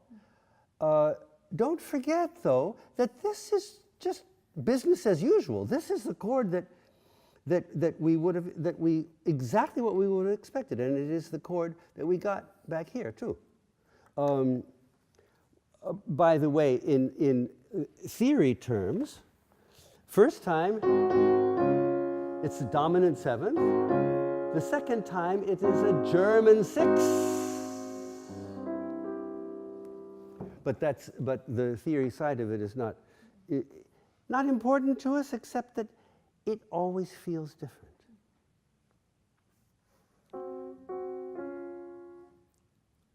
You see, he's written here as a G flat and here as an F sharp. So do listen to what's happening from there. Da la la dee da da dee da da.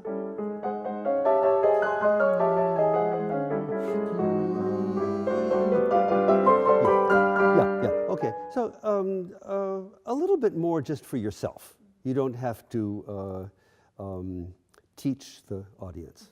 Try it again.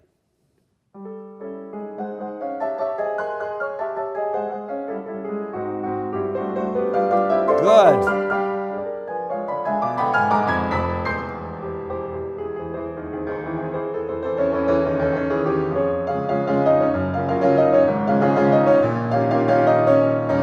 Yes, okay. This had been before, was way too loud. Now is on the edge. It had been way too fast. Now it's on the edge. So it's okay, but don't go past that. It sounds funny to do that. Okay, from there, going on.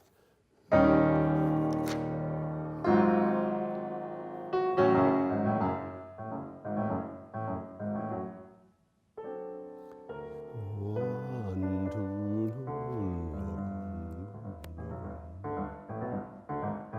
yes, okay, okay. I want everybody to understand this passage. There is, of course, a million ways to play it, but I think it's important to understand that Chopin, in the same way that he has been in this whole movement, and really in his whole composing career, he writes very regular 8-measure periods. And here, people get all confused because they have not recognized that this is, again, more 8-measure periods. They are listening to the motivic stuff. They listen to, and then they hear, oh, that stuff from the beginning, tuddle, tuddle, tuddle, tuddle, tuddle, tuddle, tuddle. So, but it's not about that, it's about the harmonies.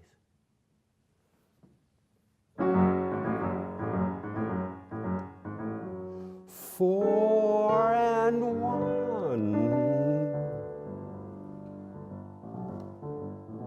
1, 4, 1. So count in 8 or in 4, whichever it makes sense for you. Count that way and follow the harmonies. Can you play that?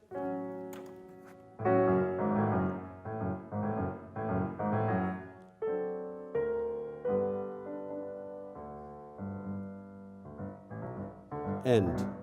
Now, yeah. Can you close it off? Close it off there, and then new. Hee-da-dum.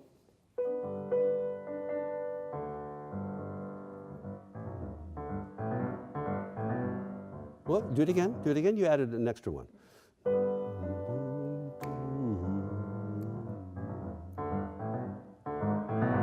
That's right. Yeah, okay. Another case, like a tie that students never see. That is tied from there. Don't replay it.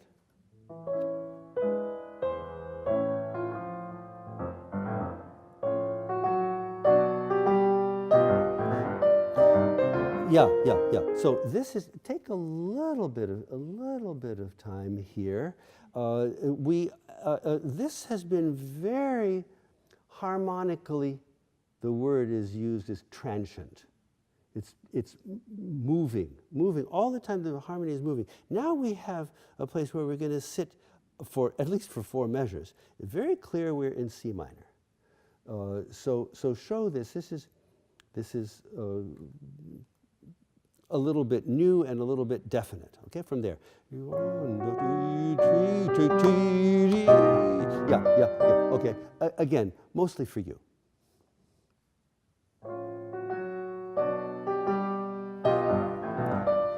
Yeah. Do you hear how ugly that sound is? Don't do it.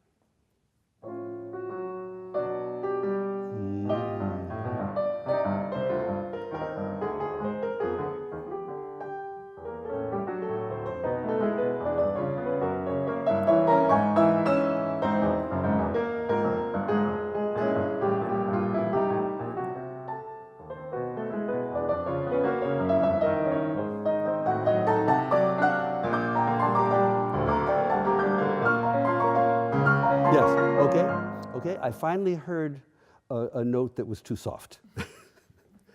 This has to be quite heavy. There, okay? Don't worry about this for now, but this is a G sharp, not an E sharp.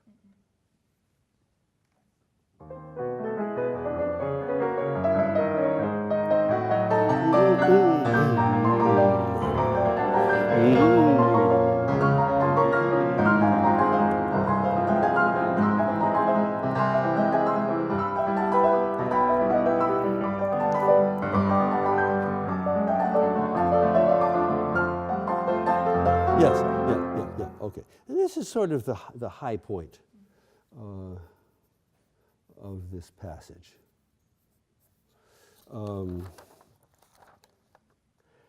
I think I would listen a little bit more in groups of 4 measures. I would, this, dee-la-dum, new, this is new a little bit, but this is a little bit more new. So that newness I'd like to feel. Don't take extra time, but give a new accent. From there?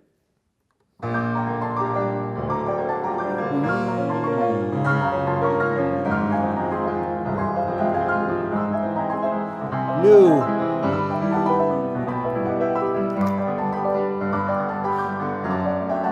Forte.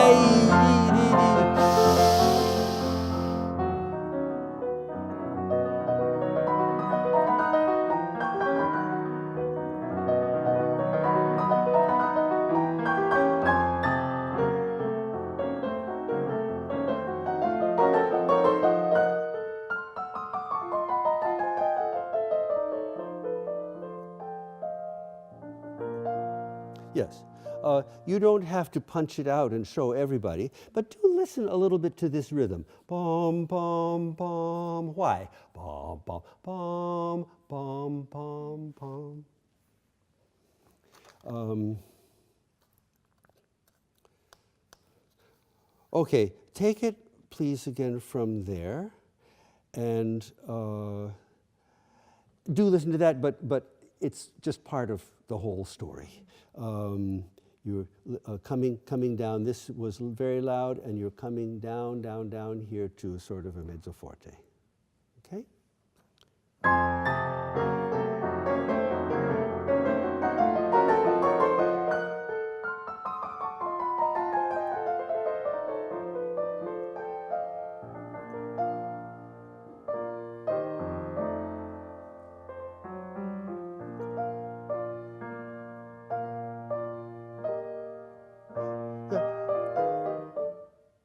Exactly how it's written is not really important. It's much less important than making a mess and stopping and looking at your score. Just go.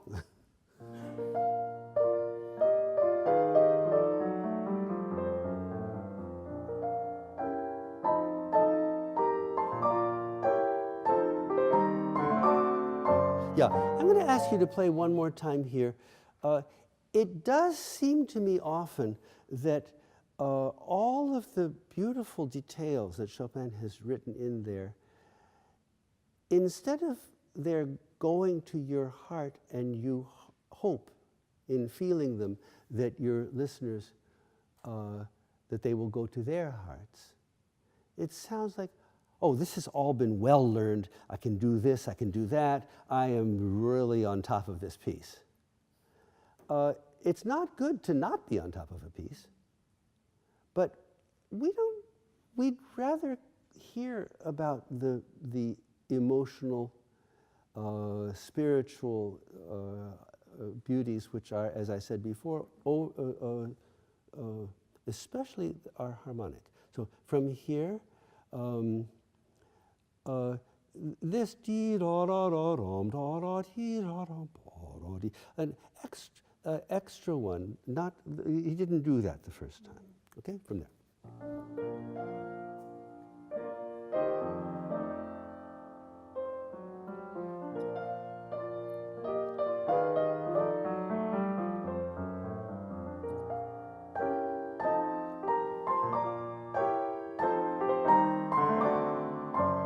Yeah, there is a point that I sort of thought that I was making the point, but I really wasn't.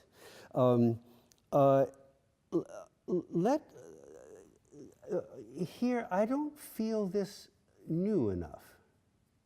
The only thing that I said that could have possibly given you that idea is that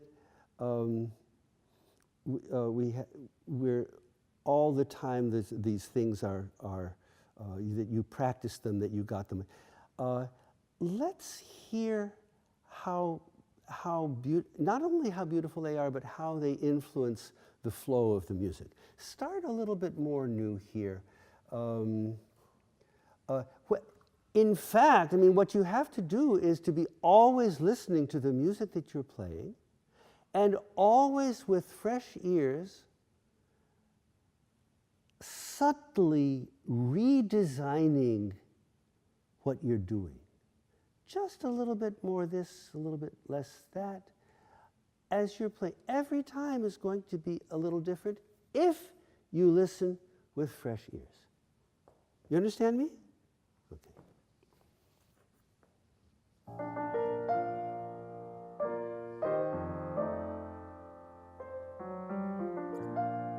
Very nice.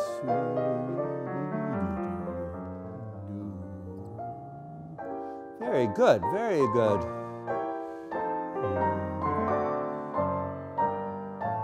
Quiet, quiet, quiet.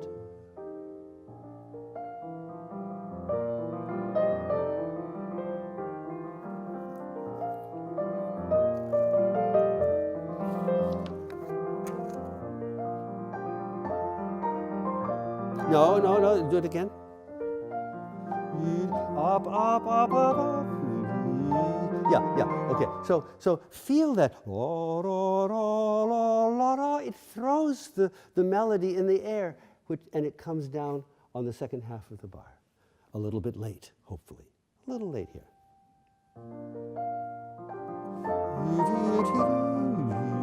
That's right.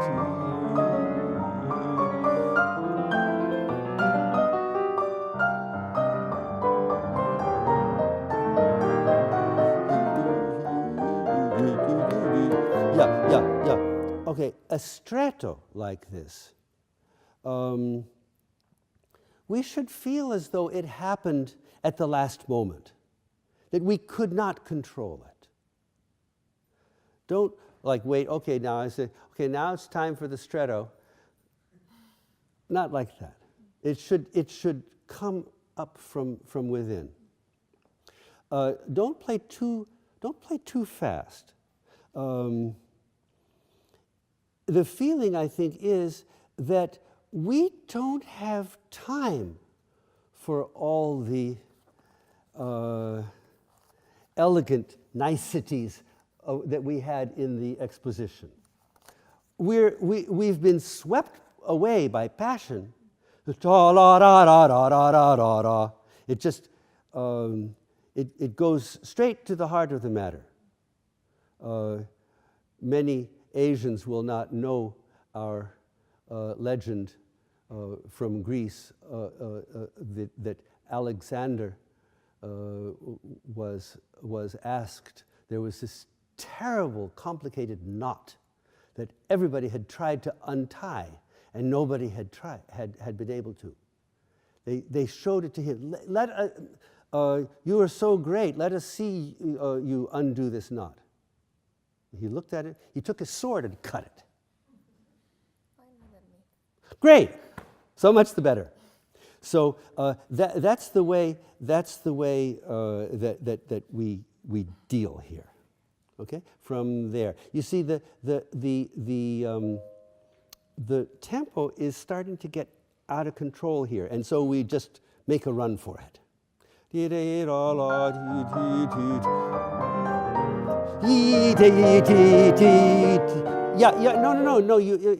You're frantically heading for the. But in this franticness, you suddenly take a little time to end the phrase. That doesn't make sense. Psychologically, it makes no sense. Don't do that here.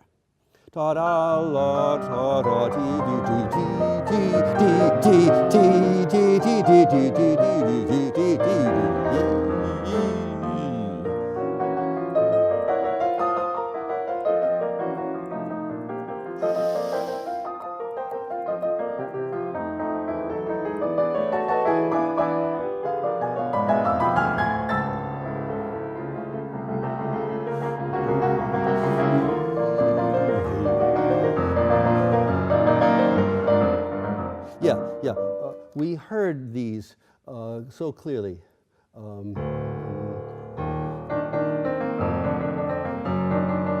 We have to hear not only the A flat, but we have the G.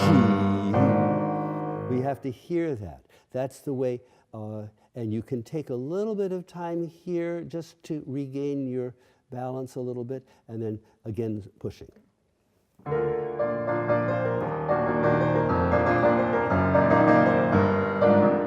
Yeah, too much. Do it again.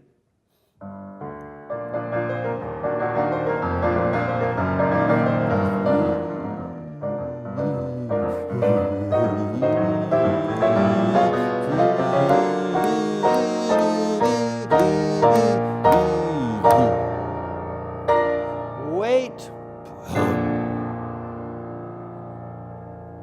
Good. And that is fast enough. Suddenly to play double tempo, because that is what you did. You played twice as fast at the end. Oh, what sense does it make?